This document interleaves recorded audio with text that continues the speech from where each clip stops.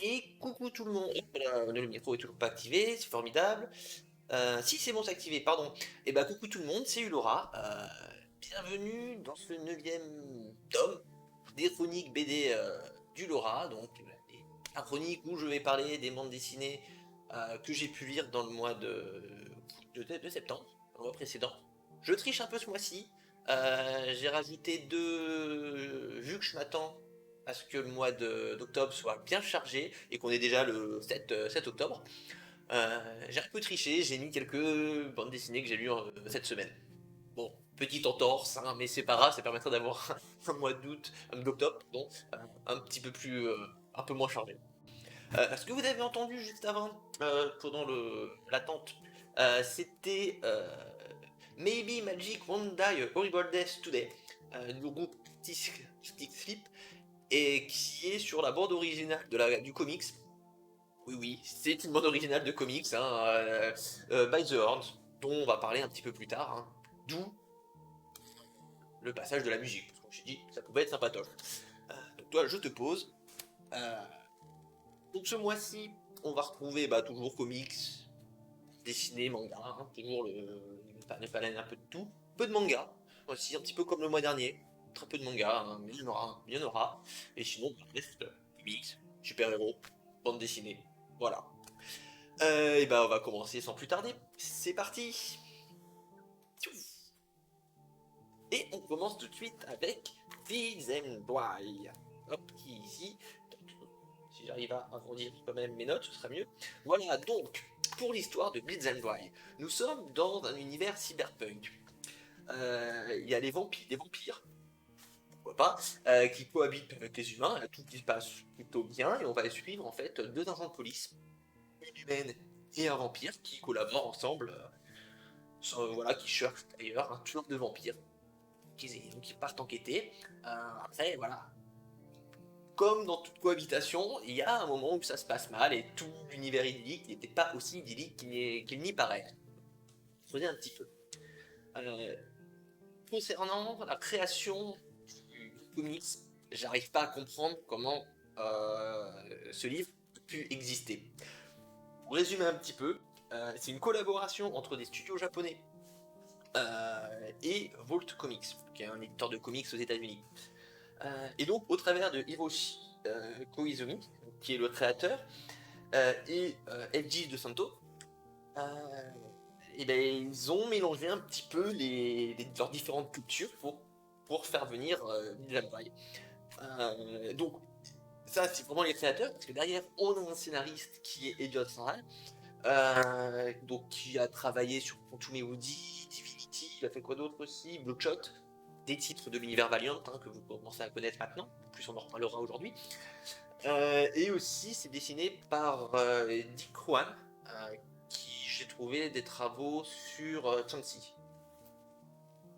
Voilà, voilà pour la création de Bleed and Bright. Hop, je vais vous mettre déjà quelques images. Non, c'est bien. Oui, c'est bon. Voici des images de l'intérieur. Pour vous résumer quand même encore mieux l'histoire, on a des vampires ninjas du futur. Des vampires ninjas du futur. Ouais, c'est pas mal. Hein. Déjà, ça s'envoie du pâté tout de suite. C'est vraiment ce que je vais retenir de ce comics. Forcément, avec un postulat de départ pareil, bah voilà, on t'envoie un message. On s'attend vraiment à une histoire bien barrée, parce que c'est vampires ninja du futur. J'adore dire ça. Donc déjà, voilà, comme idée de base, c'est franchement génial. Euh, voilà, et l'histoire qui va être racontée dans Damn Dry, elle fait plutôt bien le boulot. Il n'y a, pas de, y a vraiment pas de problème. Mais j'arrive pas à m'enlever ce petit truc de ma tête, c'est que ça va pas assez loin. Ah, t'as des vampires déjà du futur. Vraiment, imagine des trucs complètement débiles. Et là, en fait, c'est sérieux. Euh, les vampires, pourquoi il y a des vampires, c'est expliqué. Pourquoi il y a des ninjas, c'est expliqué. Pourquoi il y a des vampires ninjas, c'est aussi expliqué, du coup. Donc, du coup, ça va pas assez loin, en fait. Ils vont. Ouais, c'est ça, ils vont pas assez loin dans leur couillonne du départ de vampires ninja dans un univers cyberpunk. Voilà, c'est ça qui est. Ça, c'est dommage. Bon, voilà. Après, c'est quand même bien. Hein, c'est. Parce que, ouais, c'est des vampires ninja du futur.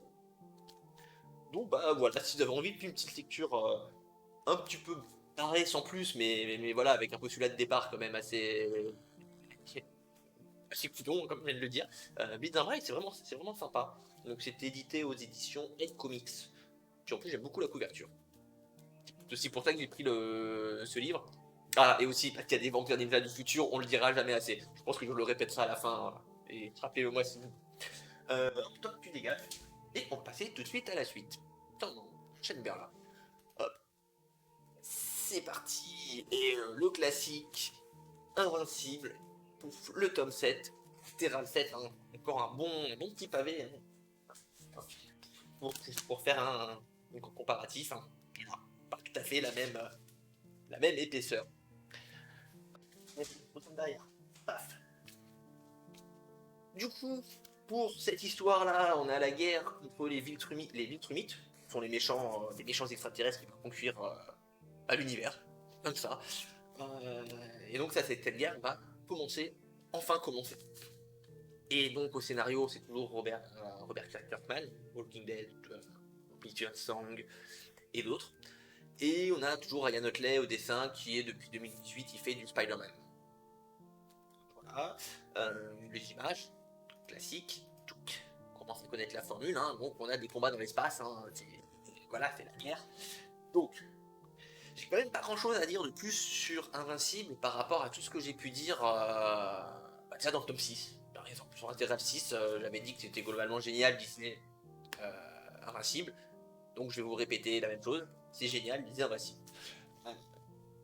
Voilà, c'est quand même franchement vraiment brillant parce que il y a énormément de personnages hein, quand même depuis cet tome, ce qui fait un total de 84 chapitres.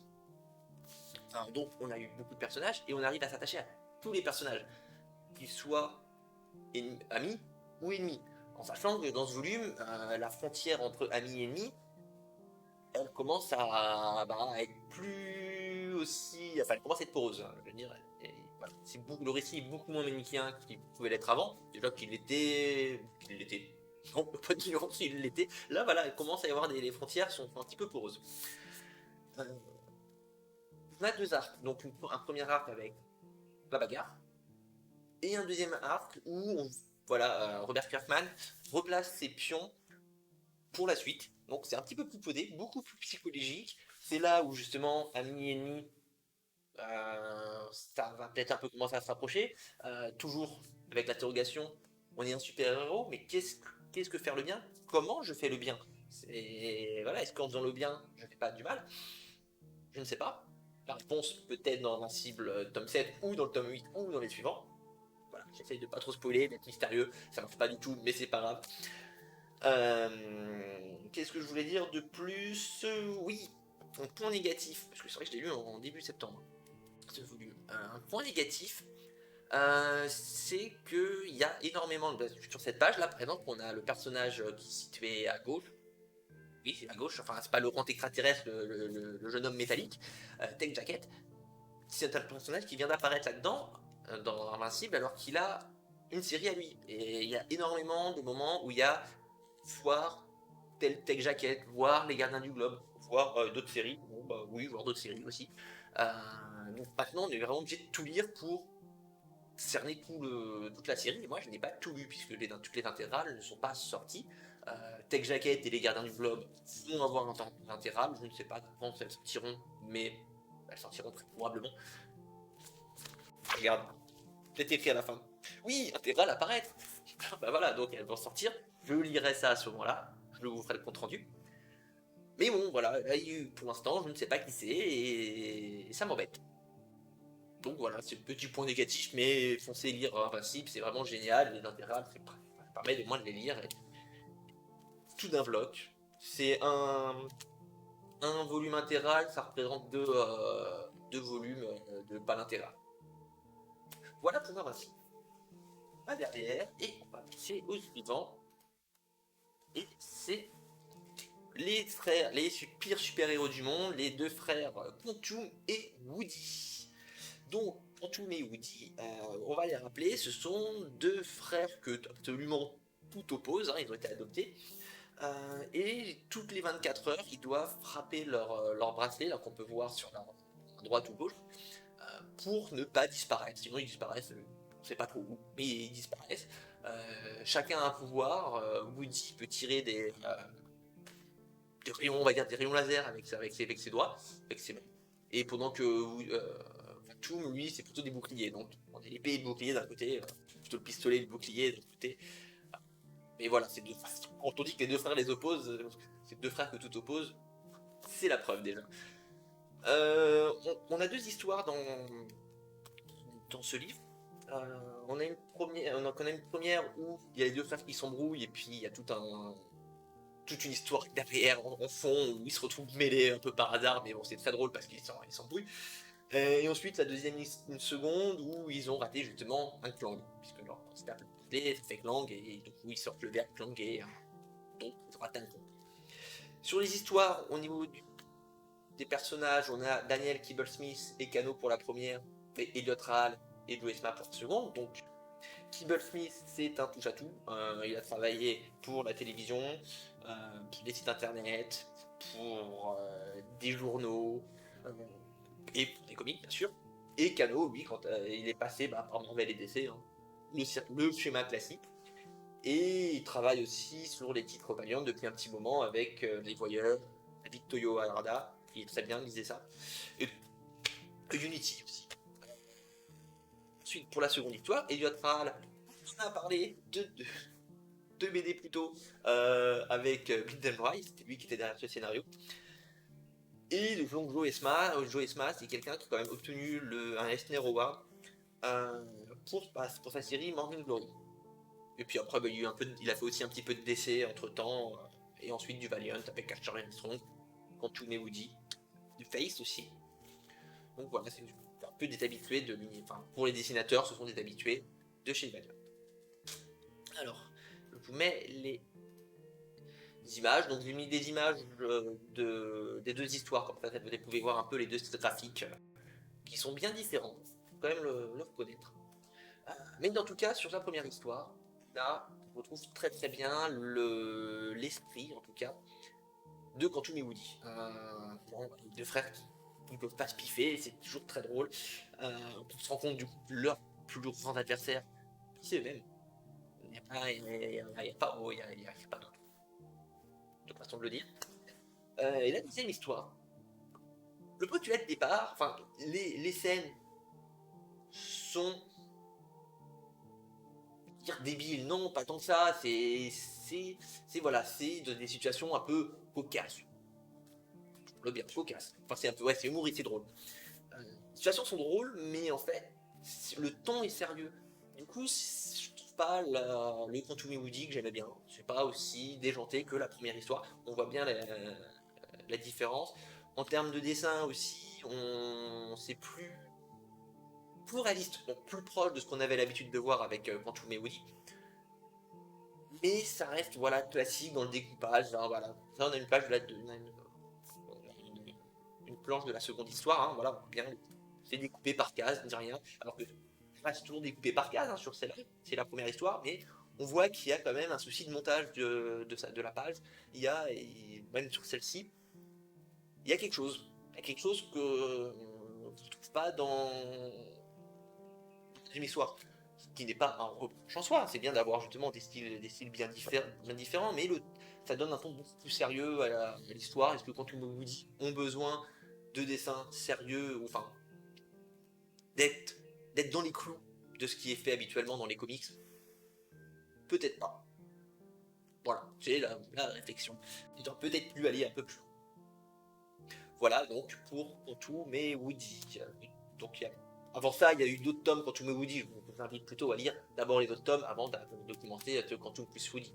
Puisque là, on ne présente pas à nouveau les personnages. Enfin, très vite fait, mais on ne sait pas comment ils ont leur pouvoir ni rien. Ça, lire la toute première histoire qui doit être encore disponible, sous un gros format. Voilà donc pour Quantum et Woody. Ah, c'est loin. Mon bras est court. La suite. Tac. Et la suite, là, on revient sur notre beau continent, dans notre beau pays, avec là c'est une bande dessinée qui est une bande dessinée dans les mondes d'Aquilon, la série Elf avec le tome 32. Donc ce tome 32, ça relate par la suite on va de l'histoire d'Aura. Aura, c'était l'ancienne euh, reine des elfes sylvains, puisque ce tome-là est consacré, des tomes du coup 32, 2, oui c'est ça, 2, 6, non, 7, 12, etc. Ce sont les tomes liés aux elfes sylvains. Donc celui-ci passe encore les elfes sylvains, donc on suit Aura, et en parallèle on a aussi une tentative d'unification des clans d'une forêt sur les monts d'Aran, les terres d'Aran, bon. Voilà, qui va essayer justement d'unifier tous les clans pour lutter contre l'envahisseur humain, essayer de les chasser. Donc au scénario c'est Nicolas Jarry, parler de lui à nouveau, hein, ça fait la 5e fois déjà que j'en parle. Et au niveau des dessins, c'est Diogo Saito, qui est un habitué des séries sur les terres d'Aran. Hein. Il a fait du elfe, de Orc et Gobelin. Il a fait du comics aussi, avec un petit détour pour Spider-Man.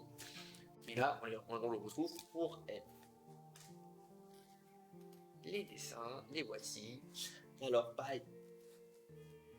Depuis le début de cette série Elf, quand on est sur les tomes des Sylvains, il y a pas beaucoup d'histoires qui m'ont marqué. Il y a la première. À la limite, encore, c'est quand je l'ai relu. Quand je l'ai relu, j'ai fait. Mais attends, elle était vachement bien cette histoire en fait. Et là, elle m'a marqué. Hein, c'est une belle histoire de genre de Roméo et Juliette. Mais derrière, les suivantes, j'ai oublié. Donc, on retrouve des personnages des volumes précédents. Aura, bon, Aura, je me souviens encore quand même des volumes précédents parce que c'est quand même une elfe qui a été élevée par des orques, qui était déjà assez atypique et qui est devenue reine des elfes sylvains. Donc, c'est quand même voilà, très atypique. Donc, elle, je me souviens, mais des fois, d'autres personnages qui apparaissent dans celui-là. Si, je sais qu'il apparaissait dans le tome précédent, mais derrière, ce qui m'a marqué, pas du tout. Voilà. Donc on le retrouve là, mais moi ça m'a fait ni chaud ni froid. Donc c'est un gros problème des elfes sylvains, c'est que les récits ne marquent pas. Est-ce que celui-là va être imprimé dans mon esprit? Je ne sais pas. Du coup, oui, pour Aura, on retrouve ici. Voilà, elle a perdu le cristal qui faisait d'elle la reine, et donc on la retrouve à naviguer au fil du vent, fait du vent, sur les terres d'Arène, et il se retrouve qu'elle se retrouve dans une forêt où qu'une autre elfe cherche à unifier pour chasser les humains, comme je le disais un petit peu plus tôt. Toute cette histoire fait forcément, les ficelles sont très grosses, penser aux Indiens d'Amérique qui sont faits chasser par les colons européens, et puis ensuite chassés par les Américains aussi de plus en plus pour être mis dans des réserves. On retrouve un petit peu cette notion-là dans cet album-là. Hein. C'est pas subtil, hein, c'est des grosses ficelles, hein, on les voit bien. Ça te fait penser aux Indiens? Bah oui, c'est ça. Voilà. Voilà, le parallèle est très clair. Ce que je trouve dommage aussi dans ce volume-là, c'est que vous avez des humains qui peuvent pas blairer les elfes. Vous avez les elfes qui peuvent pas blairer les humains. Et au milieu, taille, hein, mais il n'y a aucun personnage, peut-être Aura à la limite, qui veut essayer de faire le pont entre les deux. Justement, la première histoire, c'était un peu ça. Hein. Des elfes et des humains qui tombent amoureux.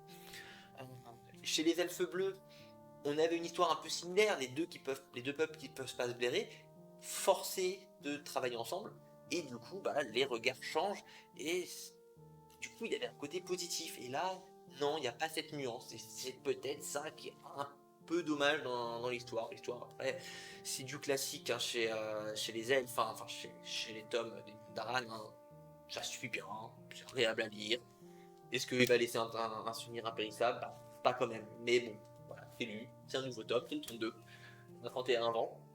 Vaut mieux lire les autres tomes des elfes avant de commencer celui-là. Comme je l'ai dit, il y a d'autres personnages. Peut-être les faire d'un coup.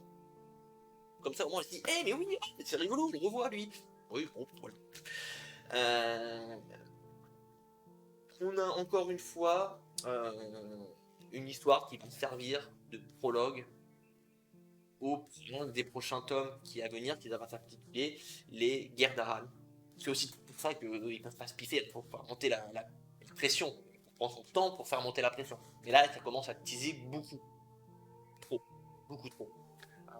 Je trouve que, par exemple, il y a eu une grande vague à un moment, suite à la précédente, à des événements qui se passaient chez les Elfes Blancs.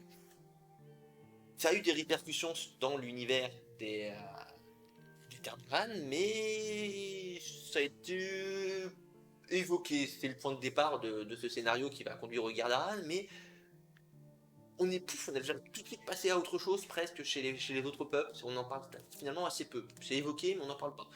Est-ce que c'est bien, est-ce que c'est pas bien, j'en sais rien. C'est pas trop mal pour certains titres. Peut-être que j'aurais aimé en avoir un peu plus. Mais j'en aurais eu trop, j'aurais dit peut-être que j'aurais aimé en avoir un peu moins, avoir une histoire qui se détache un peu. C'est toujours pareil, éternel insatisfait. Voilà pour les elfes. Je conseille plutôt les autres titres elfes, à la limite les elfes noirs par exemple, ou les elfes bleus, j'adore les elfes bleus. Que plutôt ces elfes sylvains si vous pouvez faire des collections par race. Mais si vous voulez connaître tout l'ensemble, bah, vous avez 31 tomes à rattraper. Ils sont donc à la suite, et hop, on continue du coup notre voyage, et là je vous ai déjà mis des pages au lieu de la couverture, paf, on change ça, voilà, ça c'est fait. Avec... Donc on continue notre voyage à travers le monde, et on passe avec, au Japon, avec Vigilant My Hero Academia Illegals. Titre qui allonge, donc j'en parle régulièrement, c'est un spin-off de la série My Hero Academia, qui est donc scénarisé par, et ben il y a une faute de frappe là, Hideyuki Furuhashi, c'est Hideyuki Furuhashi, et dessiné par Béton. Des images. Et donc du coup, bah, ce tome n'a pas du tout fonctionné avec moi, la sauce n'a pas pris. Euh, j'ai trouvé qu'il n'y avait aucune tension dans l'affrontement, il reste quand même quasiment tout le volume avec des combats. Petite pause, mais recombat derrière. Euh, et j'ai absolument eu aucune tension dans le combat parce que bah, je suis intimement convaincu que tout va bien se terminer. Tout, voilà.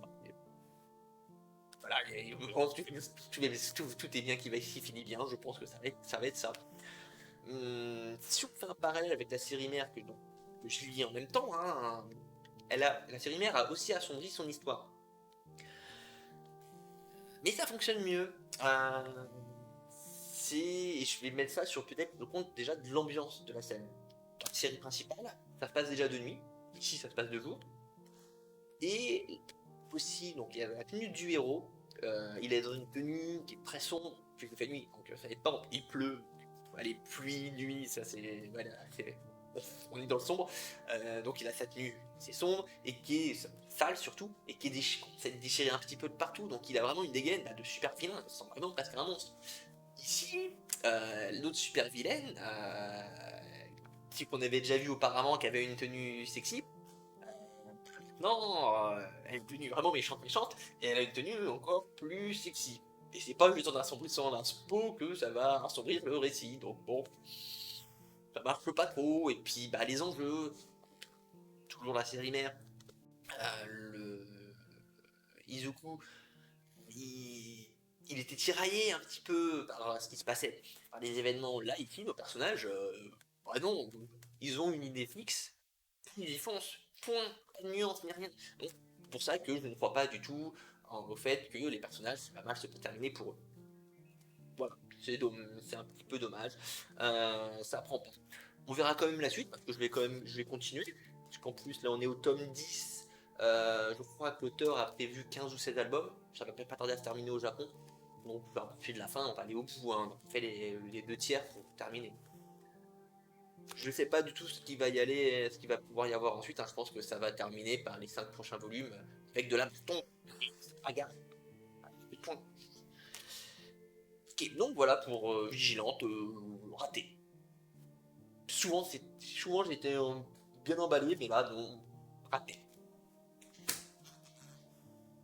Et c'est By the Horn.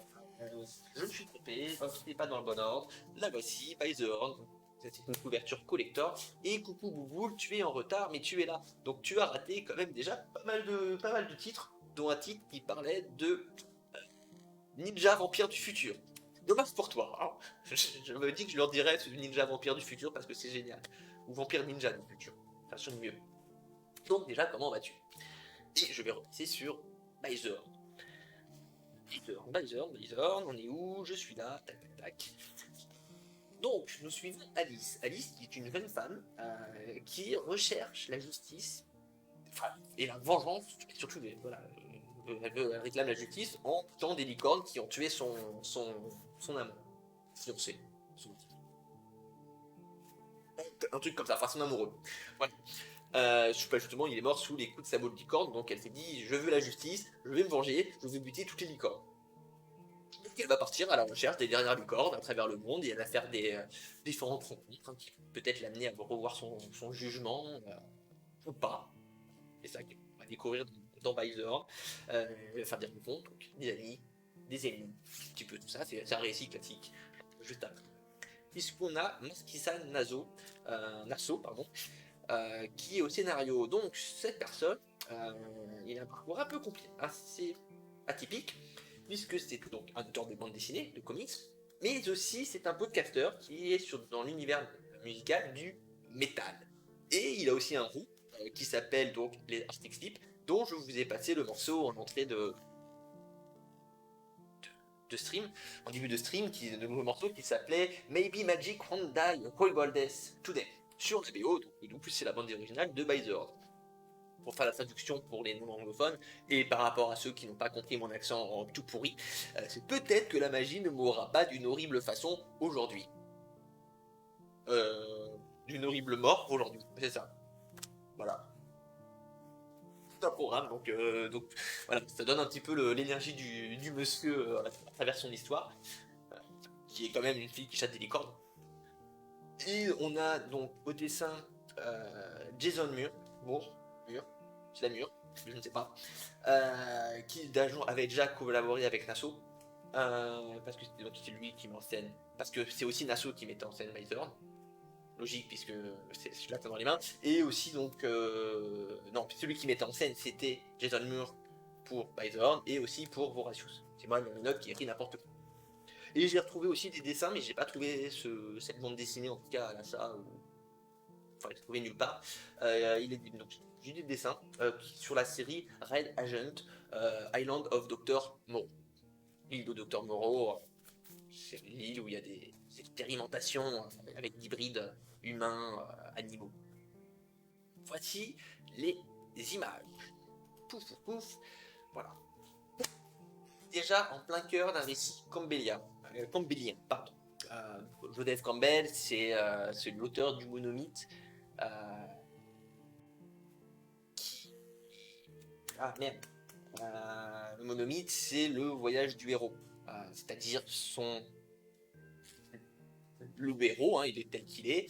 Il entreprend un voyage initiatique, il rencontre des alliés, des ennemis aussi, trouve sans doute souvent une arme, et un vieux aussi qui peut le former, le vieux Monkey. C'est avec son arme, il acquiert un pouvoir ou une arme qui le rend plus puissant. Il vainc ce qu'il a fait partir de chez lui. Euh, et il rentre ensuite chez lui un peu plus fort, justement, aguerri. C'est voilà, faire un cercle. C'est le monomythe, c'est ce qu'on peut trouver dans Star Wars, dans Seigneur des Anneaux, un petit peu tous ces récits-là. Donc c'est pour ça, là, on est en plein dedans avec ce récit, où on a même aussi des petits, je ne vais pas dire des références, mais on sent aussi un esprit Final Fantasy. Final Fantasy, on a notre personnage qui parcourt le monde, hein, qui va sauver le monde. Euh, c'est pas forcément le cas, hein, peut-être je vous laisserai découvrir. Euh, donc on a le personnage Final Fantasy qui va sauver le monde, il rencontre des amis et puis bah, ils arriveront à sauver le monde finalement à plusieurs. Là c'est quelque chose d'un peu près similaire qu'on sent peut-être le sauvetage du monde. Euh, Au vu du pitch, quand même, une jeune femme qui va chasser des licornes pour récupérer leurs cornes. Je m'attendais à un truc ici barré, et je vais vous reconnaître je dois reconnaître que je me trompais. Dans ici, il est quand même beaucoup plus sage. Euh, le personnage que je m'attendais à ce qu'il soit complètement badass, parce qu'on fait cette image, les premières images qu'on voit, des morts avec une hache, putain, ça déchire, la personne est badass. Et bah non, elle est pas tant que ça, c'est une jeune femme normale qui veut juste se venger, elle est en quête de vengeance parce que il lui arrivait un traumatisme. Donc son moyen, elle, de vaincre ce traumatisme, c'est de buter des streux. Et dans le monde des licornes, quand on les rencontre, il n'y en a plus beaucoup. Donc elle a des failles et justement elle demande vraiment qu'à changer, elle veut vraiment s'émanciper de cette de cette ah de cette quête de vengeance, hein. J'ai du mal à trouver mes mots aujourd'hui. Donc du coup, ça fait on va la suivre vraiment tout au long, sur tout le continent, justement, pour sa quête. Donc bon, même si elle a des failles, tout ça, non, c'est un classique qui est tourné vers l'action, hein, justement, quand elle se balade à travers, se balade à travers le continent, on n'a pas des longues scènes où ils marchent, hein, c'est pas les nains qui vont vers la montagne avec un gros travelling. Bon, là, on a une page, on sait le parcours qu'ils ont fait, les monstres qu'ils ont tués, et terminé. Voilà, on arrive à la scène suivante. Donc voilà, c'est quand même tourné vers l'action. On va mettre un bémol parce que j'aime bien faire des mais, hein. Soit des fois tout est positif, il y a un mais, un petit truc négatif, soit c'est négatif et un petit mais j'étais pas si mal. Voilà, petit point positif. Donc là, vu que j'étais quand même agréablement surpris, j'ai bien aimé, on va faire un petit point négatif. Voilà, pour apporter un peu de nuance. Et j'aurais bien voulu voir un peu plus de technologie, puisque là, vous dites, ah oui, elle a une hache et tout, c'est un récit de fantasy. Non, c'est un récit de fantasy avec des ingrédients de science-fiction dedans. Il y a quand même un œil volant qui tient un moment un fusil laser. Regarde s'il est laser son fusil. Hum, tac tac, j'essaie de trouver son fusil. Euh, Bon, non, je ne sais pas. Mais d'un côté, peu importe, l'œil tient quand même un fusil, un fusil, mitraillette, une arme à feu. Donc c'est voilà, c'est un petit peu, ça se balade un petit peu entre deux chaises, hein. Des fois, on va avoir des véhicules sans roues qui volent au-dessus de la surface, et le plan d'après, on va avoir une charrette tirée par des chevaux ou par des créatures similaires. Donc voilà, puis on loupe entre deux chaises. J'aurais aimé voir plus de science-fiction, comment elle s'intéresse beaucoup plus dans la vie des gens. Là, on reste toujours dans des petits villages. On n'a pas un univers bien cyberpunk ou plutôt de science-fiction. Donc c'est pas mal. Enfin, en tout cas, voilà. Quand même, voilà, c'est surtout Visor, c'est vraiment un récit sympa, bonne surprise, un bon voyage sur un univers qui était vraiment très plaisant à découvrir. L'histoire se tient en elle-même, hein, vraiment tout le volume, ça suffit pour raconter toute l'histoire. Et la suite, ça appelle quand même à une suite à la fin. Voilà, on ouvre le récit, mais c'est pas forcément nécessaire. Et la suite, elle est prévue pour 2023 parce qu'elle est déjà publiée aux États-Unis. Donc, je vous en parlerai l'année prochaine quand elle sortira. Et c'est aux éditions. Mince. Je la connais les éditions, mais j'ai oublié le nom. Du coup, Comics Initiative, parce que le KI ne m'aidait pas, c'est chez Comics Initiative, et ils font très régulièrement des campagnes Ulule qui permettent justement d'acquérir ces éditions collector, d'avoir une couverture différente. Regardez la couverture, je vous la remontre. Hop, on avait ça comme couverture pour le titre classique, et sur Ulule, on a cette couverture avec un bord toilé, et puis des lettres qui brillent aussi. Donc c'est limité sur ces exemplaires. Voilà, c'est ça qui est pratique sur Ulule. Des fois, on a des éditions un petit peu augmentées. Hop, allez, toi, tu vas derrière. Et on va passer tout de suite à la suite. Tout de suite à la suite. Ça fait 2 fois de suite. Avec Echo et Cendre, qui est une autre bande dessinée d'ailleurs, qui a été financée via Ulule. Je passe beaucoup par Ulule, j'aime beaucoup Ulule. Pour l'histoire, on a donc un pirate qui rencontre une fée et qui vont s'associer, enfin s'échapper d'une prison, et s'associer pour retrouver un trésor légendaire. Ça, c'est le pitch de départ. C'est la première bande dessinée de Yves Paquet. Poké. Pourquoi j'ai mis Paquet? C'est parce qu'il a mis Paquet là-dedans, mais non, mais Yves Poquet, autant pour moi. Donc, auparavant, il avait fait un autre récit qui s'appelait le Pleureur de Jouvence, qui a été publié dans des fanzines. Cette histoire-là a aussi été publiée dans un fanzine. Et a pu éditer ensuite ça en bande dessinée via Ulule. Et depuis, du coup, il participe quand même à différents projets de la maison d'édition Philactère. Et entre temps, c'est aussi un infirmier, donc c'est quand même un semi-pro, ce monsieur. Donc, quelques dessins, voici, que j'ai dû prendre malheureusement en photo parce que il n'en trouvait pas beaucoup. Donc, en un mot, pour résumer ça, Echo et Cendre, c'est efficace. Tout fonctionne. C'est vraiment le premier mot qui me venait à l'esprit quand j'ai dû écrire un peu une critique à l'œuvre, en tout cas sur Echo et Cendre, hein, c'est efficace. c'est un tome 1, et l'exercice d'un tome 1, c'est toujours délicat, c'est qu'il faut approcher le lecteur. Euh, il faut lui donner envie de dire hé, reviens pour le tome 2, si tome 2. Au format manga comics, il y a un petit peu cette situation, mais sur un chapitre de 20 pages, donc ils ont très peu de temps pour le faire. Après, souvent, vu que les épisodes suivants sont déjà dessinés, écrits, dessinés, ils sortent, donc ils ont plus, ils ont limite un volume en entier, donc 4 à 10 chapitres pour le manga et environ 6 chapitres pour le comics, pour justement raconter son histoire. Ils ont beaucoup plus de pages, alors qu'un volume, une bande dessinée, c'est quoi, 48, 52 pages. Là, je crois qu'il a eu un petit peu plus de pages, surtout qu'on a le droit à on a le droit un peu des carnets de croquis en fin d'album. Je suis pas sûr qu'on ait le nombre de pages, mais non, on n'a pas le nombre de pages. Là, on a un peu plus que du 48 ou du 52. C'est un petit peu plus volumineux, mais il faut quand même attirer et il faut donner envie. Et ce volume-là, ce Éco-Centre, c'est efficace. Qu'est-ce que j'avais écrit d'autre? Voilà. On caractérise bien les personnages principaux et les antagonistes. Euh, on met des péripéties qu'il faut pour ramener l'histoire vers la suite. On met vraiment tout en place pour la suite. On finit par un petit cliffhanger à la fin. On doit reconnaître que le cliffhanger arrive un poil tôt, puisque derrière on a les explications de ce qui va arriver ensuite. C'est nécessaire, au moins le prochain tome, on ira pas directement, ça pétera d'être partout, ça va être cool. Là, on m'en a déjà expliqué, mais j'aurais pu le faire, j'aurais pu le terminer avant, ça aurait pas été un problème non plus. C'est rare de dire quand même que j'aurais eu moins de pages. Ça suffit. Bon, c'était très bien d'avoir autre chose.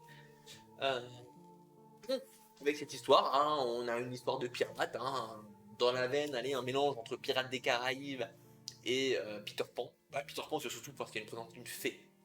Sinon, ce serait plutôt Pirates des Caraïbes, mais sans côté, je fais bien, ou pas. Oui, sur le tome 2, sur le prochain volume, qui j'espère sortira, j'aimerais bien avoir un petit flashback pour en savoir plus sur notre ami le pirate. Parce que dans ce récit, il nous dit qu'on sait que c'est un pirate, mais maintenant, ça ne suffit pas d'avoir la dégaine d'un pirate. Je suis un pirate pour être un pirate. Il faut un équipage, faut peut-être chercher des trésors, faut rajouter des choses qu'il n'y avait pas forcément là. Bon, là pour l'instant, il revendique, il n'y a pas de problème, je le crois sur parole, mais un petit flashback pour nous dire, ah, voilà, il avait un équipage, il fait partie d'un équipage, il lui arrivait des trucs, c'est pour ça qu'il s'est retrouvé en prison. Parce que là, il s'est retrouvé en prison. Je ne sais même plus si on sait pourquoi. Si, on le sait pourquoi, donc je dis rien. Voilà. Donc voilà, à voir pour un tome 2, quand je le financerai sans problème via Ulule. Monsieur Yves Poquet, désolé pour le prénom mal écrit. Si tu m'entends, il y a peu de chance, mais c'est pas grave. Un tome 2, je prends. Allez, derrière et on revient à la suite. Et la suite, c'est The Kill Lock. L'histoire. On a 4 robots qui sont condamnés à mort. Et. Enfin, qui sont pas condamnés à mort. Enfin, ils sont plutôt condamnés à survivre à travers le Kill Lock. Le Kill Lock, c'est quelque chose. Ça permet, dans leur programmation, de lier les robots entre eux. Si un des 4 robots meurt, les 4. Donc, ouais, le titre il pète bien, moi j'aime bien, ça marche bien. Et justement, le Kill Lock, du coup, c'est ce qui empêche justement les robots. Donc, ils vont devoir euh, se protéger entre eux. On a quand même 4 robots différents. Bon, je vais si jamais vous la lisez, je vous laisserai les découvrir. Parce que du coup, ces 4 robots, ils vont surtout chercher à faire annuler ce kill lock, parce que c'est pas facile de vivre avec. Devant protéger les autres, parce que s'il y en a un qui décide d'être c'est un peu suicidaire, non, fais pas ça, fais pas le con, saute pas, un petit peu ça. L'histoire, elle est complètement créée par Livio Ramondelli. Enfin, complètement, il a eu un peu d'aide, surtout à travers avec une psychologue pour personnifier les robots. Donc, ce Livio Ramondelli, c'est un artiste américain qui a illustré beaucoup de comics Transformers. Il est fan de Transformers, d'où les comics qu'il a écrits et dessinés. Il a aussi participé au design du MMO DC Universe Online. Et après, on peut le retrouver sur des différentes adaptations. Star Trek, Firefly. Faut que je vois ce film. Et cette série, je l'ai déjà vue pas en entier. Faut que je termine cette série et que je vois le film, Serenity. Et aussi Pacific Rim, comme bande dessinée, comme comics. Donc voilà quelques images parce que le monsieur a quand même du talent. Les images sont assez particulières, mais moi j'adore quand même ses dessins. Euh, c'est une BD quand même qui est assez étrange. Pourquoi étrange? On a des robots qui sont anthropomorphes, hein, classique, mais quand je dis vraiment anthropomorphes, c'est que là on le voit bien sur cette planche, ils vont au bar, ils ont les mêmes, en fait, les mêmes défauts, les mêmes traits de caractère que les humains. Les mêmes qualités du coup, les mêmes défauts, hein, mais en fait c'est des robots. Du coup, je me demande un petit peu à quel moment en fait leur programmation est partie en sucette pour être aussi humain. Ça, c'est ma question, je ne sais pas. Est-ce qu'on y répondra un jour? Je pense pas, c'est pas le récit, puisque l'auteur, donc du jour Ramon Deli, on a le droit à une interview à la fin, enfin une présentation des personnages, et c'est ça qui est intéressant. Euh, J'aurais préféré trouver des vrais robots dans cette histoire-là, mais c'est ce que dit l'auteur, c'est que s'il avait mis des humains, par exemple, euh, son histoire aurait été beaucoup plus sombre. Parce qu'il arrive il y a quand même des événements qui arrivent aux personnages, ils font des choses où il leur est arrivé des choses, aurait été de toute façon si c'était des humains. Avec des robots, ça passe beaucoup mieux, et ils ont des traits humains pour qu'on puisse quand même au moins s'identifier à eux. Mais pas trop, parce que pour certains, ils sont quand même pétés du casque. Il y a une durée de cassoté chez eux, hein. En tout cas, la quête de liberté des quatre robots était vraiment prenante. On va, ils vont et nous allons du coup de découverte en découverte. Euh, et on a une bonne révélation en fin d'album, justement, qui nous fait dire ah, bien vu. Mais donc ça m'a bien surpris, mais c'était un petit peu long ensuite pour l'expliquer. On a vu, ok, c'est bon, j'ai compris. Ça y est, j'ai compris ce qui s'est passé. Et là, ça blabla. Et voilà pourquoi. C'est bon, j'ai compris, hein, j'ai vu les images, j'ai utilisé mon cerveau, ça a fonctionné, hein, et du coup j'ai compris, arrête de m'expliquer. Et ensuite, enfin, on a vraiment un beau cliffhanger, savoir la suite. Faut donc, il va falloir nous attendre la prochaine histoire pour la fin. Même si l'histoire se tient bien, on termine l'arc, on est prêt pour l'arc suivant. C'est pas on arrive au plein milieu de l'arc et tu auras la suite juste dans un chapitre. Non, non, on a tout. Euh, Justement, c'est ça qui est bien, c'est qu'avec ces cliffhangers, ça nous fait attendre la suite, si suite il y a, et de l'attente naît l'envie. C'est vrai aussi pour plein d'autres bandes dessinées qui vont arriver aussi. C'est bien d'avoir cette petite pause justement dans ces histoires. Pour savoir la suite, pour ton on fait faut autant de le lire. C'est ça qui est bien avec ces histoires. Euh, donc Killog, c'est quelque chose qui vaut énormément pour la création de son univers, hein, entre les robots, les différentes planètes, parce que oui, c'est de la science-fiction, mais c'est même presque du space opéra qui vont de planète en planète. Donc ces personnages aussi, après son scénario est un peu plus classique. Mais voilà, tout le reste est bien. Et ses dessins, moi je trouve absolument formidables. Ouais, donc j'adore les dessins, les couleurs, tout ça. Il fait tout seul, énormément de temps. Pour ça, il peut prendre son temps pour une suite, il n'y a pas de problème. Je regarde s'il annonce la suite, je ne sais plus. Oui, il annonce bientôt le spectre 6 ans. Voilà. Donc il y a le tome 2 qui est prévu. Passons à la suite. Et revenons France avec c'est lourd ça aussi. Avec Trou de mémoire. Paf, une version intégrale. C'est une bande de mémoire, c'est une bande dessinée qui est sortie il n'y a pas si longtemps, en 2 volumes. Et là, l'intégrale est présente. Bon, la couverture, j'ai la même, hein, c'est juste qu'il y a une protection juste au-dessus. De quoi ça nous parle? Donc, nous avons un monsieur, on voit sur la couverture d'un gros plan, qui se réveille dans un port, qui a un pistolet à la main et un cadavre à côté de lui. Euh, qui est là, finalement tué par balle, hein, sinon ce serait pas drôle. Et le problème pour lui, c'est qu'il ne se souvient absolument de rien, pas même de son prénom. Voilà. Donc, c'est le point de départ de cette histoire. Il va enquêter sur qui il est, sur comment, qu'est-ce qu'il fait là. Et en même temps, on a aussi des policiers qui vont enquêter sur le cadavre de cette femme, euh, comment elle est morte. Par balle, on suppose, parce que c'est pas vrai. Je sais, mais je vous le dirai pas. Pourquoi, qui, comment, à découvrir dans Trou de mémoire. Tintin. Donc, au scénario, on a Roger Setter. Roger Setter, c'est donc un scénariste de bande dessinée qui a publié sa première histoire dès 1989. Petit moment. Donc, on a beaucoup de récits historiques et policiers dans sa bibliographie. Et c'est vraiment son genre de prédilection. Après, là, il a fait aussi d'autres histoires depuis 30 ans, forcément. Il a un peu touché à tout, mais c'est vraiment policier, historique. C'est genre de prédilection. Et au dessin et couleur, on a Pascal Regnault. Vous allez voir que c'est très important que ce soit ce monsieur qui soit au dessin, puisque ça donnera le pad graphique. Donc, son partenaire de crime, je l'ai écrit, donc je fais même beaucoup de jeux de mots pour un thriller. Donc c'est Pascal Regnault, donc il a fait globalement son gros fait d'armes, c'est la série Canardo qu'il avait dessiné pour Benoît Socal. Et après, sa dernière bande dessinée, c'était Balle tragique pour série Z, qui était aussi un thriller écrit par Roger Setter. Donc voici les dessins. Pac. Voilà. Là on voit vraiment ces jeux de couleurs. Non, parce que c'est pas du noir et blanc, mais c'est du monochrome. Donc beaucoup de jeux d'ombre. Ça colle parfaitement au ton du récit qui est un ton de récit de film noir.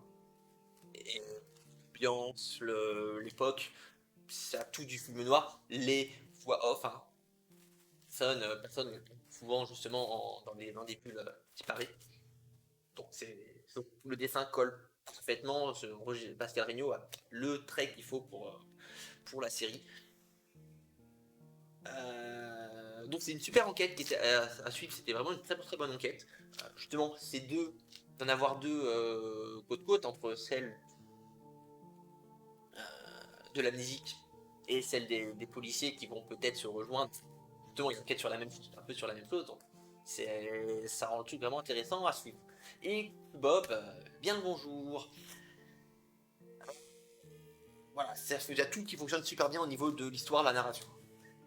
Mais voilà, ce que j'avais dit un peu plus tôt, il y a toujours un mais, et donc là il y en a un. La fin elle est ratée. Complètement, j'ai eu. Enfin non, complètement, elle est décevante. Voilà, elle m'a déçu cette fin. C'est que j'ai eu. Le sentiment que j'ai eu, si je devais imaginer, allez, faisons fonctionner l'imagination, c'est. Il y a le dessinateur qui dessine et puis il dit la couche fait. Mais il reste 3 pages là pour terminer. Il appelle le scénariste, il fait au fait, tu sais que ton histoire là, il faut 3 pages pour la terminer. L'autre fait ah bon, alors attendez, si on fait ça, ben voilà, ça rentre. Termine l'histoire. Donc j'ai trouvé la fin bâclée prendre plus de temps pour le faire. Peut-être que c'est vrai que là en intégral, il n'y a plus vraiment de problème, même si c'est vraiment un gros livre. Il aurait peut-être fallu des paginations en plus par rapport au premier, au deuxième, je ne sais pas. Et donc la fin est ratée. Et voilà, il y aura peut-être eu moyen de l'amener plus en douceur, raccourcir peut-être quelques scènes, je sais pas. Et pas cette fin-là. Donc pour trou de mémoire, c'est un décollage parfait, un vol qui se passe vraiment sans encombre, et un atterrissage un peu brutal. Surtout que là, c'est je trouve ça absolument incroyable, c'est inconcevable pour une édition intégrale qui doit être la troisième édition finalement du tome 1 et 2. La maison d'édition a changé, mais c'est quand même, je trouve ça intolérable. C'est qu'on a des fautes d'orthographe, fautes de frappe, plus de fautes de frappe que d'orthographe. Non. Ok, la première édition, bien qu'il y ait des fautes, tu la corriges lorsque tu fais une réédition. Donc, là, c'est pas le cas, c'est une nouvelle édition avec un format intégral. Mais tu corriges comme enfin, zut. Ils ont eu des remontées, je ne sais pas. Enfin, j'espère que quelqu'un a envoyé un mail. Il y a toujours des gens qui envoient des noms, des fautes et tout, c'est pas cool. Oui, il y a des fautes, là. Corrigez-les, bordel. Autant sur une BD amateur comme Fouet et Cendre, je veux bien, mais pas sur quelque chose comme ça. Zut. Et Bob, je le signale aussi, je l'ai signalé à Bouboule, tu as raté le premier titre dont que j'ai chroniqué aujourd'hui. Tu as raté un comics qui parlait de vampires ninja du futur. Dommage pour toi, tu as manqué ce passage. Et oui, pas corriger les fautes, moi je trouve ça très limite. Donc, j'en ai vu deux, trois, et bon, déjà, juste deux, trois, ça m'a choqué. Sur la totalité, c'est pas grand chose, mais c'est deux, trois de trop pour une réédition. Alors, tu es Team Rudy. Très bien, tu fais bien alors. La suite. Oh oui, quelle suite. Ah, je crois. Je craque. Je suis en train de vous montrer, hein, mais je suis en train de vous teaser la suite. Ah, quelle suite, c'est génial. Restez, attention. Donc voilà, c'est la cathédrale des abîmes. Voilà, excusez-moi, j'ai craqué. Donc la cathédrale des abîmes, c'est une ouais hype parce que je vais vous expliquer tout pourquoi. Donc c'est une série de dark fantasy. Après c'est pas trop dark, hein. C'est plus un récit de fantasy qui est qui est assez dur. Hein. C'est pas du Berserk, c'est pas du Vesper dont j'ai parlé quelques épisodes plus tôt. Mais c'est quand même un monde très dur. Il se passe des choses dont j'évoquerai certaines choses après. Encore un coup de gueule. J'aime bien les coups de gueule ce soir. Hein, je suis chaud, je suis au taquet. Euh, donc pour parler quand même de la cathédrale des abîmes. Nous sommes au tome 4. Donc pour résumer un petit peu l'histoire de, de ce livre, de ces livres, on a deux histoires en parallèle, même si on en a plutôt trois voire quatre, mais on va dire deux. On suit Sinéad, qui est une jeune femme qui a volé un livre prophétique, et donc on va la suivre sur sa fuite, parce que elle se fait coincer par des mecs pour dire hey, fais-moi le bouquin, j'en ai besoin. Enfin, voilà. Et de l'autre côté, on a un bâtisseur, Pierre de la Vita, qui a bâti une magnifique tour, mais le mage qui avait commandé la tour, il veut pas payer. Pierre est obligé d'aller, enfin, se retrouve obligé pour pouvoir toucher l'argent et payer ses ouvriers, d'aller en ville pour porter plainte contre ce mage et avoir l'amener au tribunal. Et il va se passer des choses sur le chemin. C'est pas les mages, ça aime pas les tribunaux. Au scénario, on a Jean-Luc Issine. Jean-Luc Issine, énormément, hein, mais à chaque fois, hein, c'est un breton de 52 ans et qui a œuvré sur beaucoup de séries de fantasy pour le Conte de Soleil. Hein. On l'avait sur les mondes d'Aquilon, sur la série Druide dont j'ai aussi parlé. Donc voilà, ça c'est ceux qu'on connaît. Et au dessin, c'est Sébastien Grenier. Lui, on en a parlé beaucoup moins, c'est bien dommage. Donc c'est un artiste qui a travaillé sur la BD Aaron, qui est une BD qu'il faut que je lise parce que j'adore ses dessins. Il faut que je lise la BD, une BD de fantasy. Aaron, et il a ensuite fait la cathédrale des abîmes, et entre temps, il a fait un petit passage sur les mondes d'Aquilon avec. Pourquoi j'ai perdu la page? Ah non, c'est bon, j'ai pas perdu la page. Il a fait un petit détour sur Orc et Gobelin, le tome 11, qui était sur Conan, une espèce qui s'inspirait justement de Conan, et qui. Ouais, il avait changé son trait de dessin, c'est un peu dommage, mais c'était vraiment pas mal, et l'histoire était vraiment cool à suivre. Le tome 11, j'aime bien aimé ce tome 11 de Orc et Gobelin. Et à l'instar de Markisan Nassau, qui a écrit By Zorn juste avant, et dont vous auriez pu entendre la musique en début de stream, il a aussi. Sébastien Grenier a aussi un groupe de métal. Il joue dans un groupe de métal qui s'appelle Atabas, c'est du Stoner Doom. Ne me demandez pas ce qu'est le Stoner Doom, je ne sais pas, je n'ai pas écouté. Donc, les images. Donc, voici les dessins. Ce sont des dessins des tomes 1, 2, 3 et 4. J'ai pas mis que du tome 4 parce que je voulais montrer un peu différentes couleurs, différentes choses. Et parce que voilà, j'aime beaucoup ces dessins. Et du coup, je voulais montrer un table à panel de ce qu'il peut faire. J'ai un ex-libris derrière. Voilà, tu vas voir ce genre de dessin aussi. Qu'on peut trouver dans cet album-là, justement. J'adore son style graphique. Et j'avais résumé Echo et Strand tout à l'heure en disant c'est efficace. Là, je vais résumer la cathédrale des abîmes par parfaite. C'est une bande dessinée. Faite, la série est parfaite. Ouais. Il y a peut-être des trucs quand même à dire, mais c'est parfait. Voilà, les dessins, déjà ça parle pour eux. T'aimes ce style aussi, moi j'adore en couleur directe là, comme ça. C'est un graphiste, c'est dingue. J'ai été voir un peu ses photos et tout, parce qu'il met des dessins en vente. Voilà. format, oh, c'est magnifique. C'est magnifique. Donc voilà. Donc, les dessins, c'est parfait. L'histoire, à chaque volume, justement, on oscille entre plusieurs récits, du coup. On a Cinéade, on a Pierre, on a des flashbacks, des fois, on a d'autres personnages qui viennent, qui racontent aussi leurs histoires. Enfin, on a différentes bulles en voix off. On n'est jamais trop perdu, parce que là, on peut le voir sur certaines cases. En voix off, les couleurs changent. Je crois que les couleurs changent. Attendez, c'est peut-être des bêtises là-dessus. Ouais, je crois que j'ai dit des grosses bêtises. Donc non, j'ai rien dit. Les couleurs changent pas entre les cases pour savoir qui parle, mais on arrive à le savoir à peu près. Et justement, à aussi être tous ces récits quand même, parce que les récits, dès le premier volume ça marchait, hein, on n'est pas perdu sur tous les personnages, on arrive bien à les présenter, et c'est vraiment du page turner, c'est-à-dire qu'on arrive à la fin, on va dire, du flashback ou de l'histoire, on passe sur l'autre histoire, en fait. Mais non, mais je voulais savoir la suite.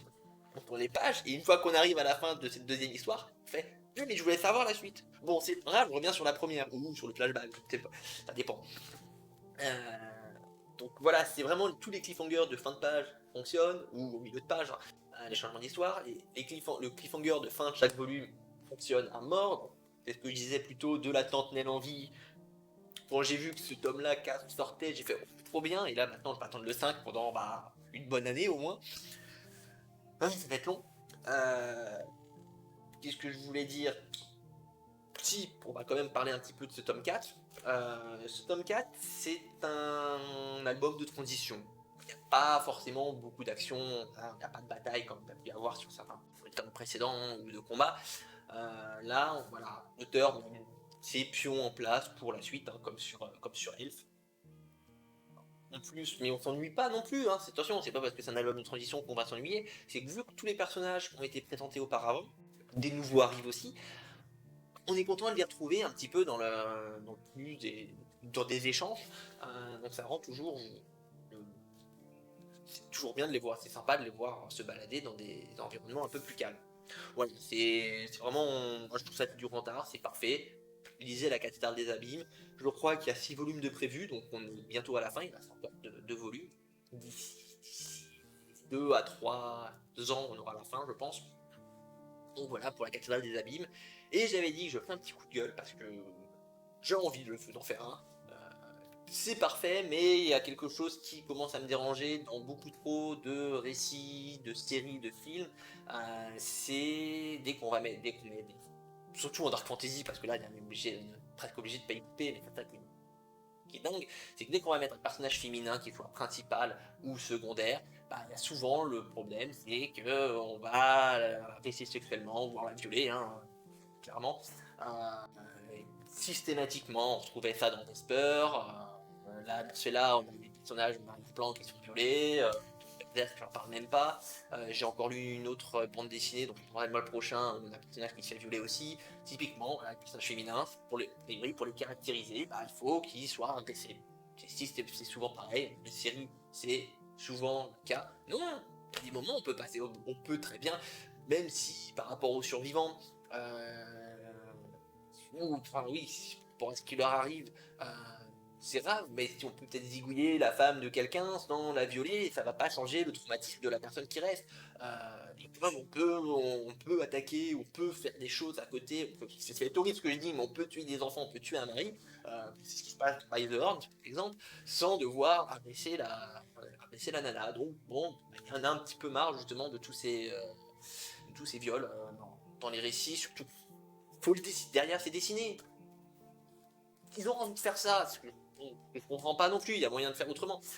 Mais tu le dessines pas, tu le fais dans une pièce à côté, tu sais très bien, ce qui se passe. Enfin, on n'est pas stupide non plus, pas obligé de le montrer systématiquement, je trouve ça vraiment dommage. La cathédrale des abîmes le fait, hein, malheureusement, mais c'est pas le seul, hein, ils sont pleins à le faire.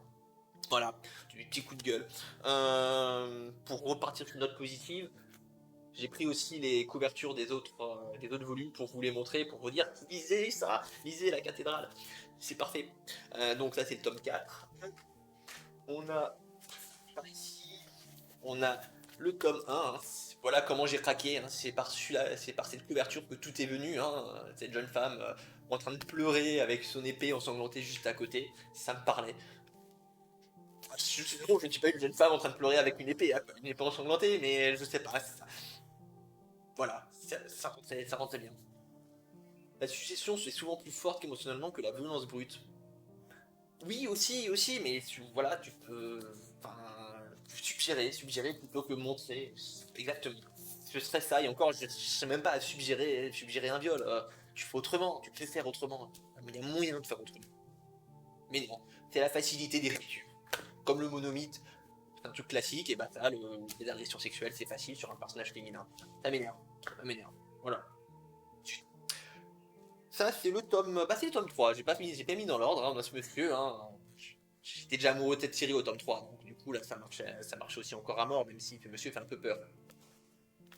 A raison, il a même des yeux rouges et tout. Les yeux rouges, ça peut être pratique pour lire d'anime. Si ça fait de la lumière, bien sûr. Et on a ce tome. Le tome 2 aussi, voilà, la couverture. Toujours à chaque fois des personnages un peu en gros plan. Quand je dis ça, il y a 3 volumes, c'est ça, le quatrième, c'est autre chose. J'adore. Comment faire une généralité pour ouvrir proche de la fin tout doucement. Et on revient dans les Terres d'Aran avec Icab Désirant, le tome 24 de la série Nain. Donc cette histoire, c'est la suite des personnages qu'on avait rencontrés dans le tome 19, une troupe de bras cassés, qui leur arrivait des mésaventures à peu près maîtrisées, plutôt moins que plus, hein, plus ou moins maîtrisées, justement pour essayer qu'ils s'en sortent dans tous les différents problèmes qui arrivent à se créer. C'est plutôt ça. Toujours essayer de s'en sortir et gagner de l'argent, mais c'est compliqué. Hein. Le monde, a priori, est ligué contre eux. Et ils sont aussi ligués contre tout moyen pour gagner de l'argent. Et là, cette histoire-là, c'est à peu près la même. Hein. Ils sont obligés de fuir à peu près partout où ils passent. C'est par tout le monde. Et c'est souvent leur faute. Et bien, donc ce mois-ci, c'est la seconde doublette, hein, puisque Elliot Rahal avait fait 2 bandes dessinées, 2 comics ce mois-ci. Et ben, on a Nicolas Jarry qui en fait 2 également. Il a de la chance, ce monsieur. Et donc ça, c'est le scénariste. Et au dessin, on a Jean-Paul Bordier. Jean-Paul Bordier, c'est un breton qui travaille depuis 2009 sur des séries pour Soleil. Hein. Très orienté fantasy. Quelques images. Tac. Voilà, voilà. Donc c'est encore une aventure rocambolesque de cette troupe de nains. Hein. C'est c'est rafraîchissant type de récit dans l'univers justement parce que c'est pas du tout sérieux. Hein. Ce qui leur arrive, c'est complètement c'est des situations qui ils se mettent toujours dans des situations super compliquées. Hein. Et c'est leur faute. Voilà, ce que j'avais écrit. Hein, s'ils ont la possibilité de tout faire foirer, ils vont tout faire foirer. Ils vont le faire. Donc c'est voilà, c'est vraiment agréable de trouver un récit un petit peu plus léger. Euh, ils vont au bémol parce que voilà, il en faut toujours un. On est sur l'ordre des errants. 2 premiers volumes des ordres des errants étaient vraiment très bien et je les recommande. C'était le tome 4 et le tome 9. C'était vraiment très très bien. Hein, c'était ça m'embête toujours de dire des chefs-d'œuvre parce que surtout je viens de parler de la cathédrale des Abîmes qui en est un. Là on en est loin, mais l'histoire était très très bien. Les histoires, parce que c'était les 2 tomes. Je suis content d'avoir une autre histoire, mais elle ne marquera pas aussi profondément que les 2 premières ont pu le faire. Je sais même pas pourquoi les 2 premières, si j'y réfléchissais, pas si simple. Pourquoi les 2 premières m'ont marqué. Lisez-les pour vous faire votre idée. Euh, Maintenant, voilà, ça ne cherche pas du tout à égaler ces récits-là, c'est tome 19 et 24, et c'est justement, c'est aussi tant mieux, hein. Voilà, c'était pour pinailler, j'aime bien pinailler, j'aime bien râler. Et ben voilà, là je râle, c'est beaucoup plus léger que le sujet à l'âge d'avant, euh, heureusement. Voilà, donc j'ai trop de récits sérieux, je râle, j'ai trop de récits rigolos, je râle, putain, faut savoir ce que je veux. Et quand j'ai un récit mi-sérieux mais rigolo, je râle aussi. Oh là là, c'est pas ce qu'il veut, il aura. Allez, donc ça c'était pour Akab Désirant. Et restons dans les Terres d'Aran, un 3e tome ce mois-ci pour les Terres d'Aran. Nous sommes avec La Meute et tome 18 d'Orques et Gobelins. Donc on a une troupe d'orques et de gobelins qui arrive au nord des Terres d'Aran, hein, aux terres gelées. Euh, et donc ils arrivent là-haut pour rénover un château qu'ils viennent d'acheter. Si tu sais ce que tu veux râler. C'est pas faux, je veux râler, ouais, bah oui, t'as raison. Vas-y, je râle. J'aime bien râler, hein. J'aime bien faire ça, j'aime bien râler. Dès que je peux râler, dès que je trouve un petit truc pour râler, je râle. Formidable. Donc oui, dans cette troupe qui arrive dans un château qui vont retaper pour faire point de naufrage. Au scénario, on a Olivier Perru. Donc c'est... Bah, Olivier Perru, c'est quoi? C'est les séries des mondes de Kilon, hein. Classique, c'est du Lancelot, c'est du Mjolnir. C'est aussi bah, les maîtres inquisiteurs, etc. Donc X Récit Fantasy chez Soleil. Voilà ce que j'ai noté quand même pour les gros titres. Oui, non, c'était un autre auteur. J'étais en train de penser en disant, mais j'avais un auteur aussi. Mais en fait, non, c'est pour le mois prochain. J'ai déjà préparé le mois prochain. J'anticipe. L'anticipation est la clé de la réussite. Et au dessin, on a Stéphane et Juliette Créti. Alors, je sais pas s'ils sont mariés, femmes, frères et sœurs. Je n'ai pas trouvé l'info. C'est Stéphane Créti et Juliette Créti qui ont dessiné. Enfin, c'est Stéphane Créti, assisté de Juliette Créti. C'est comme ça que c'est écrit dans le couverture. Pas en couverture, mais au milieu. Donc, du coup, Stéphane Créti, j'en avais déjà parlé pour les autres séries Orc et Gobelin. Il a fait du nain aussi. Non, il a fait du mage. Il a fait Masqué aussi, dont j'ai parlé en février pour Masqué. Et donc, Juliette Créti, il me semble que c'est la deuxième BD où elle participe. Elle avait participé auparavant sur un Orc et Gobelin également. Je sais pas comment ils se répartissent la charge de travail. Je sais pas du tout. Hop, voilà quelques images. Pouf. Ce que j'allais dire, donc bah voilà, là ce tome 18 d'Orc et Gobelin, on revient de l'ultra classique. Hein. On a une troupe de nains, de gobelins, d'orc et gobelins. Voilà, on les suit. C'est souvent le cas, hein. De toute façon les orques vivent par meute, hein. C'est pour ça qu'on les retrouve souvent tous ensemble. Qu'est-ce que j'avais prévu de dire?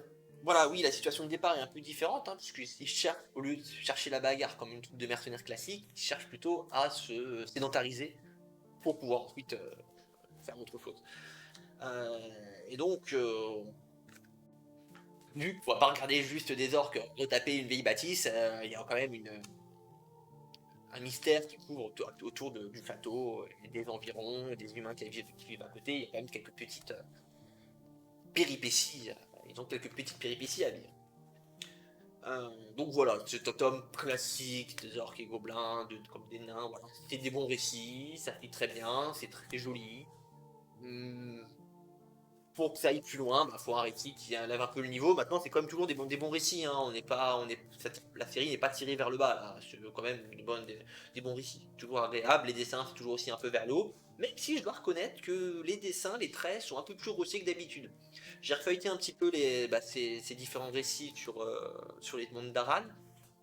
Il y a un peu de tout, même avec le même coloriste. De temps en temps, c'est pas le même trait, je sais pas comment, et c'est pas non plus l'arrivée de Juliette Petit en assistante, puisque dans le tome précédent, ça passait mieux, là je sais pas, ça. J'aime moins. Je trouve le trait un peu plus grossier. Maintenant ça reste joli, hein. Cette page-là par exemple, elle est très jolie. Mais moi, les couleurs, c'est surtout sur les couleurs. Là, les coloristes, alors, grâce à l'informatique, maintenant ils font un boulot vraiment formidable. Donc voilà, c'est tout pour ce mois-ci. Je reviens sur la scène donc principale. Donc c'est quand même un mois où j'ai pu parler de Vampire Ninja du futur, et ça j'en suis fier, hein. C'est une série voilà, qui est géniale. Hein. Je vais pas la ressortir parce qu'elle est tout en bas de la pile des 12 bandes dessinées dont j'ai parlé, plus les 3 autres. Enfin là, non, là si je tire, je fais tout tomber, je casse tout. Je vais pas tirer sur la pile. Donc voilà. Absolument rien à dire, donc voilà. Mais c'est pas grave, ça me fait plaisir de le dire. Le mois prochain, c'est le mois d'octobre. Non, c'est le mois de novembre. Octobre, enfin, je vais parler des bandes dessinées du mois d'octobre, mais on sera en novembre. Je ne sais pas si je vais pouvoir garder le créneau du vendredi. Je sais pas comment je vais me débrouiller pour m'organiser, mais au pire, je décalerai ça le dimanche, pareil, toujours autour de 18h, 19h30, enfin, entre 18h et 19h30. Je vous tiendrai informé. Ça risque d'être un gros mois, je m'attends que ce soit un gros mois. Là, j'en suis déjà à 2 séries, il y en a une troisième qui arrive. Il y en avait 2 autres où j'ai triché, que j'ai mis aujourd'hui. Ça, j'avais précisé avant. Euh, donc non, je m'attends à un gros mois, donc j'ai préféré un peu anticiper. Euh, donc on verra ça au mois de novembre. Sur ce, moi je vais vous laisser, puisque bah, on a quand même notre auteur de bande dessinée avec une jeune femme qui combat des licornes, qui a son groupe du métal et qui a fait de la musique. Du coup, je vais vous laisser avec le titre Blade Through Your Heart, Sanctuary, pardon pour mon accent, donc la lame à travers le cœur, à travers ton cœur, ou votre cœur, de devoir si vous voulez tutoyer ou vous voyez. Et sur ce, bah, je vais vous dire que c'était une bonne soirée, un bon week-end, une bonne semaine et un bon mois. On se revoit en novembre. Des bisous, content que ça vous ait plu. Ciao, ciao.